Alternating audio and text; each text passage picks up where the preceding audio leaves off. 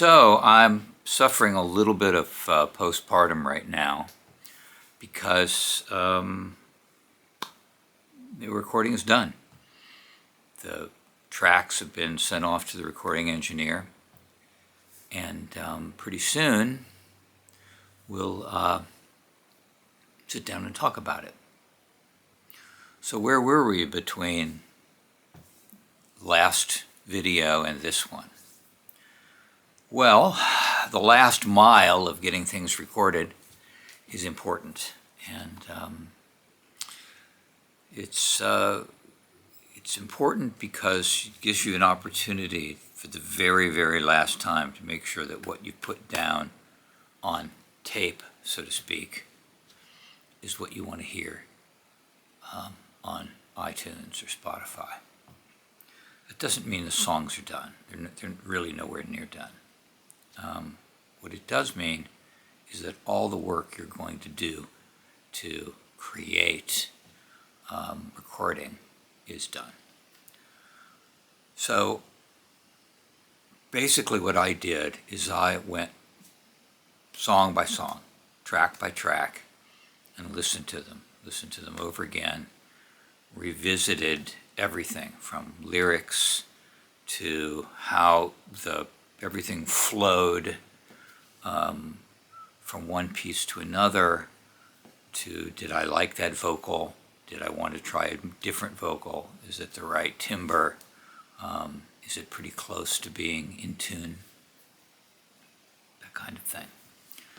And then after I did that through a song, then what I would do is go and I would commit all the tracks to audio. What does that mean? Well, I have really two different types of tracks. I have one that's pure audio. So let's say I'm playing a guitar. The guitar creates an audio track. Well, if I've used an amp sim, for instance, then I need to commit that, because when the mix engineer sees it, he may not have that amp sim plug-in. So I want to make sure that what he hears is what I wanted him to hear. The same thing with vocals. I may have a certain kind of processing on the vocal, and there's a lot of vocal processing on this album, where I've got Little Altar Boy coming in on some background vocals, or I may be using a Waves CLA vocals or something like that. So I want to make sure that's all baked in to what I hand him. Maybe he'll like it, maybe he won't. If he doesn't like it, he can look at the raw track and take it apart. But at least he has in his hot little hands what I intended it to sound like. The other type of track is MIDI. And the MIDI, again, he doesn't have all the plugins that I've used. Maybe I've used Native Instruments. Maybe I've used a different kind of instrument. A lot of different kinds of MIDI are in this, and so I commit all that MIDI to audio. Really important for drums, because the drums that I play are on the keyboard, and that needs to be committed down so that he sees it as audio. So I commit all the tracks, make sure they're all clean, make sure all the recordings sound great, because that's important. He can't fix a bad recording in the mix. The vocals are clear, and then what I did, once I did that through all 9 of them, and it's time consuming, it took a couple of weeks to do that in my free time. Then I bounced everything down to an MP3 and put them on my phone, and I listened to them. I listened to them on the plane, I listened to them in the hotel room, I listened to them at night before I go to bed. I listened to them on headphones, I listened to them not so much to see how do they sound, because they're not final by any means, but listen to them to see if all the pieces are there prior to mixing.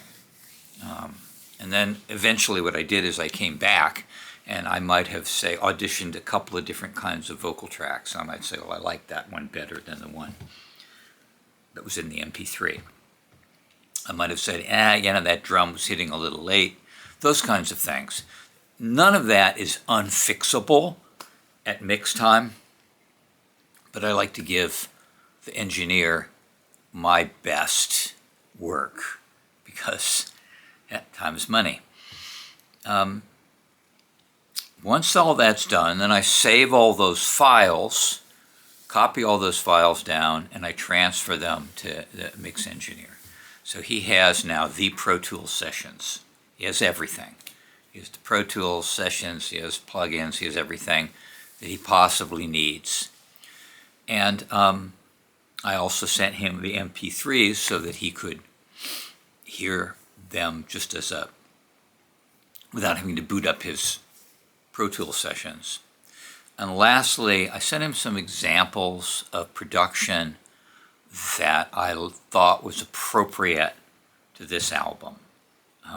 This album has a lot of, I'm going to say, trip-hop, electronic mixes with jazz and soul and pop and samples coming in and out. And I wanted to send him some things that I thought sounded like where I was headed in terms of production. Send him those.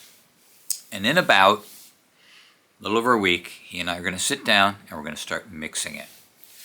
And I don't know yet what that's going to mean. Whether we're going to sit there in a room together for, however many days it takes, or whether we're going to sit down, we're going to talk about it, and then I'm going to let him mix it, and then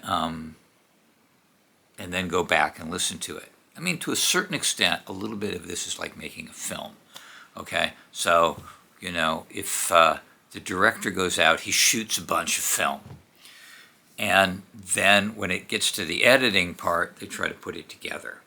Well, even after it's edited together, it still isn't a film. You still have to sit down and say, okay, do I need this? Do I need that? How do I add the music? Do I need to maybe flip a shot here or there? And this is kind of what we're going to go through with mixing, is he's going to listen to everything. He's going to try to balance out some of the acoustics. He's going to make sure the vocals are in tune, and some of them may not be, and he'll get to Melodyne and maybe tweak some of it to make sure that it's got the best tuning. And then he may also have some production ideas. Last album he had some great production ideas about how things should go, what side they should be on. Should this come in left? Should it rotate? Should it bounce around? What should sit in front? What should stay behind? That kind of thing. All that kind of thing we're going to talk about. And none of it is going to affect their recording, because the recording is baked. It's done.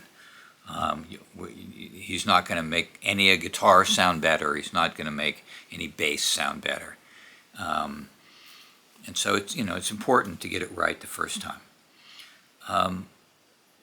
Once we do that, and I don't know how long it's going to take, 3-4 days, a week, maybe, of us getting it exactly the way we want, then it's off to mastering. And mastering will then take all those individual songs and make an album about it. We'll talk about that later as well.